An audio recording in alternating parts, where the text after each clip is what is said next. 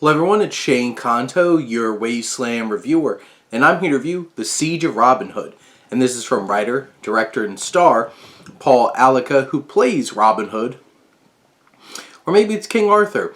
I don't think this movie knows what it is.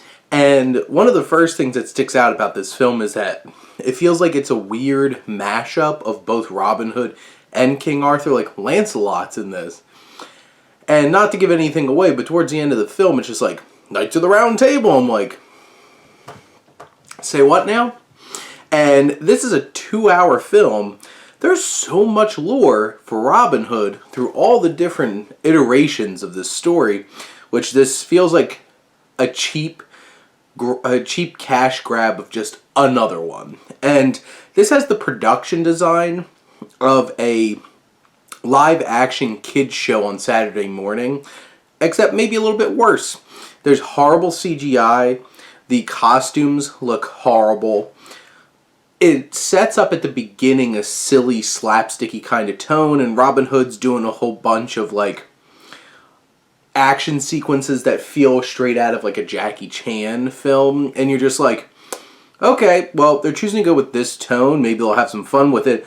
No, this gets super dark out of nowhere and super serious and obnoxious, and you're just like, it went from like Three Stooges kind of silly action to people like making the most grotesque sounds, gurgling up blood as they're just brutally murdered, and they're like, and you're just like, what? There's multiple times in this 2-hour film, which this felt way too long. This was drawn out to beyond the point of like it was crumbling under its own narrative at that point. Horrible pace, and it's just like, I don't even know what to think of this movie anymore. And it gets super serious and brutal. The female characters, there's one warrior that even she winds up becoming a damsel in distress at one point. But there's so many women in this story that are just used as like, well, they're gonna die to motivate men. And I'm like, this is 2022. I thought we were past using that as like a terrible trope for things. I thought female characters to have some kind of autonomy. Nope, not in this one. And it's to the point where it's just like, it tries to tear out every single trope.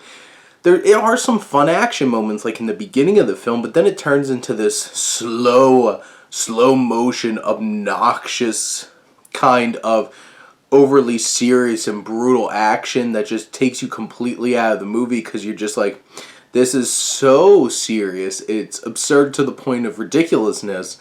And by the time the credits rolled on this, I'm like, why was this made? The acting is stiff and awkward. The production design is like they had $5 to produce a 2-hour movie. This is what you got. And like some people had like modern looking clothes on because they probably just bought stuff that they owned.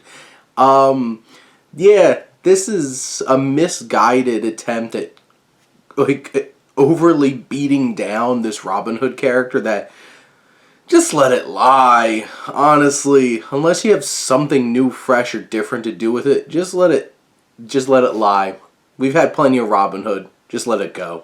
But those are my thoughts on The Siege of Robin Hood. Let me know what you think, and let's talk some movies. But thank you as always for tuning in and supporting your Wasteland reviewer.